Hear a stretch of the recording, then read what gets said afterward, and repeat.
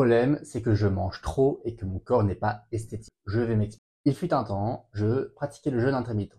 C'est quoi le jeûne intermittent? C'est juste le fait de ne pas manger pendant une certaine période. Pour moi, ma période, c'était je mangeais le soir au souper jusque 20h30, 21h, maximum, bien sûr. Et le lendemain, je ne mangeais pas avant midi. Je me mettais jusqu'à 14h et je mangeais mon premier repas à ce moment-là. Et franchement, ça m'allait nickel. Bon, bien sûr, faites attention si vous commencez les premiers jours, les premières semaines, les 2 premières semaines, vous allez avoir faim, c'est normal. Mais soit c'est pas là le problème. Le problème, c'est que j'ai commencé à avoir du stress. Ça a fait que j'ai remis en question tout ça. Surtout que voilà, j'ai parlé avec des amis. Enfin, j'ai remis en question par rapport à un autre truc aussi, que je reviendrai par la suite. Mais c'est vraiment le stress qui m'a fait, ok, Bastien, t'es stressé, viens pas, tu manges si t'as envie, puis c'est tout. Ça va rien changer à la vie de qui que ce soit. Ça va rien changer à ta vie. Bon, si, un peu en l'occurrence, vu que tu vas prendre un peu du gras, tu vas prendre un peu du bide. Mais ma réflexion à ce moment-là, c'était quoi? C'était, ok, Bastien, tu vas plus avoir des abdos. On va plus voir tes abdos.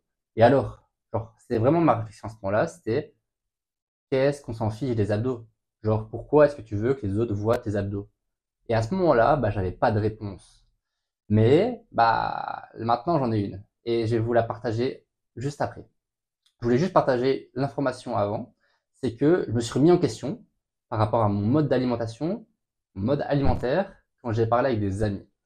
Parce que il y a cette fameuse chose, cette fameuse mode qui est la prise de masse et la diète. Enfin, pas la diète, mais la sèche. Donc la prise de masse où tu es en surplus calorique et la sèche où tu es en négatif par rapport à ta maintenance calorique. Et j'expliquais à des amis que je voulais prendre du muscle, mais en étant en déficit calorique. Et ils m'ont expliqué que ça marchait pas comme ça, que je devais être en surplus calorique. Bon, ça, voilà. En fait, c'était en même temps que mon stress. Du coup, ça a fait que j'ai remis tout en question. Je me suis dit, ouais, ils ont peut-être raison. Vas-y, tu veux du muscle, Bastien, vas-y, mange plus. Et vu que c'était en même temps que mon stress, je me suis dit, vas-y, c'était des excuses, quoi. C'était vraiment des excuses. Surtout que je sais pertinemment qu'il y a des études qui montrent que manger beaucoup plus, ça n'apporte pas grand-chose. Alors si tu es aux alentours de ta maintenance calorique, c'est très bien. Tu peux même prendre beaucoup de muscles en déficit. Mais dans tous les cas, il faut faire des tests et c'est exactement ce que je vais faire. Je vais repartir sur des tests caloriques. Mais une chose, c'est que je veux pas me stresser plus. Protocole anti-stress, tout ça, je veux faire ça de manière zen. Donc, je ne veux pas compter mes calories. Bon, ça c'est un premier gros problème parce que comment tu veux ne pas compter tes calories et, euh, et arriver à ne pas manger trop, en tout cas à savoir que tu ne manges pas trop. Probablement que ce que je vais mettre en place, ça va être de d'écrire des repas, de compter les calories une fois, de les ajuster dans un espèce de document. Enfin, je vais faire ça pour quelques repas. En vrai, je vais pas me casser la tête, je vais pas faire ça pour 10 000 repas. Et je vais savoir ce repas-là, il vaut combien de calories. Et à partir de ce moment-là, j'aurais plus qu'à le manger et je saurais combien il vaut de calories. J'aurais juste à le marquer sur un bout de papier. Ok, à midi, j'ai mangé ça. Ok, au soir, j'ai mangé ça. Ça me fait autant de calories. Je sais si j'ai mangé trop ou pas assez. Donc voilà. Et bien sûr, j'ai pas mentionné le petit déjeuner parce que je compte absolument revenir au jeûne intermittent. C'est vraiment un truc genre, je bénis les dieux pour ce concept, le jeûne intermittent, parce que euh, tu gagnes, enfin, tu perds du coup des calories justement, et du coup ça te fait gagner vraiment des aliments que tu peux manger plus tard dans la journée, où tu peux ne pas, euh, allez, c'est quoi le mot? Le mot pour dire ça, c'est ne pas être frustré par ton alimentation, parce que tu vas manger quelque chose que tu vas kiffer et tu vas te remplir. Et c'est pas grave parce que au matin, tu auras déjà eu moins de calories. Donc ça fera que tu vas pas dépasser tes calories. Enfin, soit, je reviens à mon problème. Mon problème, c'est que, oui, je vis pour la fierté. Et là, je suis à Ibiza parce que demain, je fais un marathon. Tantôt, j'ai vu des mecs à la plage. Et ils étaient bien foutus. Genre, ils avaient des bien pecs bien sortants. On voyait bien leurs abdos. Et là, j'ai compris que, je les enviais, en fait. J'avais envie d'avoir leur corps. Et moi, j'ai pas trouvé ça normal. Je trouvais que franchement, ça n'allait pas. Je ne pouvais pas envier quelqu'un. À partir du moment où j'avais envie d'avoir leur corps, il faut que je mette les actions en place pour avoir leur corps. C'est-à-dire manger moins. Parce que c'est clairement ça, quand tu veux perdre du poids, c'est pas vraiment mon cas. Moi, je veux juste manger de manière proportionnelle. Proportionnelle, ce n'est pas le mot, de manière mesurée. Mesurer, ce n'est pas le mot non plus, mais justement pas de manière démesurée plutôt. Voilà.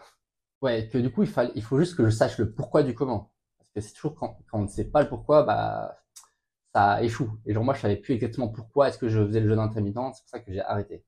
Et là, j'ai les pourquoi, je pense qu'ils sont bien solides, mais je vais encore travailler dessus et je vais les noter pour être bien sûr que quand je vais me lancer, c'est-à-dire dans quelques jours, eh ben, j'y arrive bien, que je sache y aller et sur le long terme comme d'habitude. Et aussi, il y a un truc, un concept, c'est que, en fait, c'est dur. C'est dur de savoir gérer son alimentation. C'est quelque chose que peu de gens savent faire. Alors, je m'explique. Les gens mangent un peu n'importe quoi. Ils boivent plein de coca, ils mangent des trucs tout faits. euh, en fait, ils ne savent pas combien de calories ils mangent, pardon.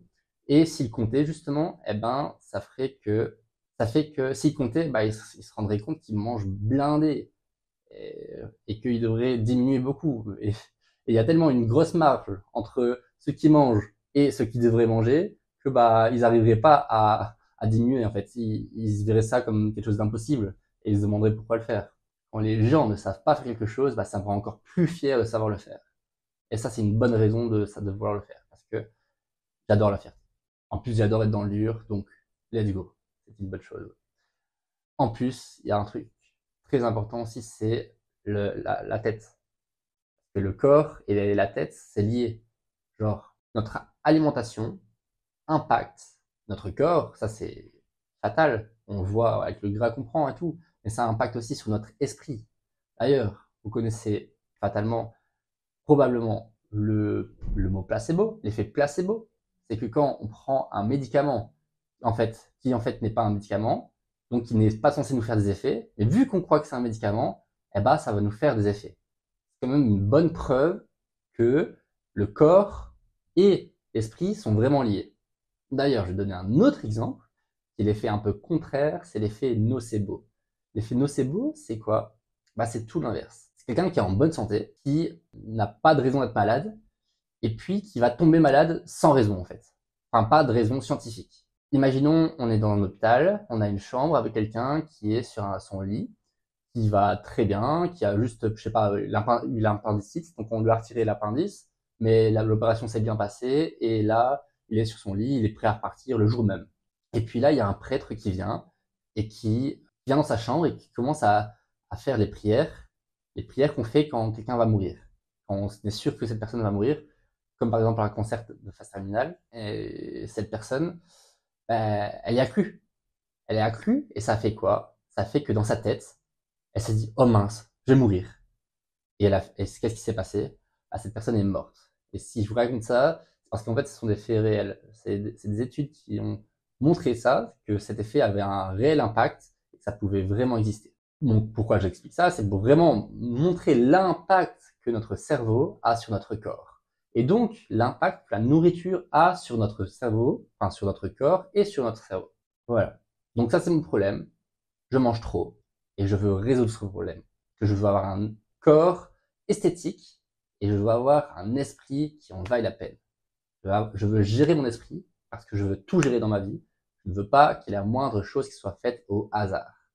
Et la première chose qui ne doit pas être faite au hasard, c'est l'alimentation. Voilà. Je m'excuse pour les bégaiements. Je te dis ciao et c'est ciao.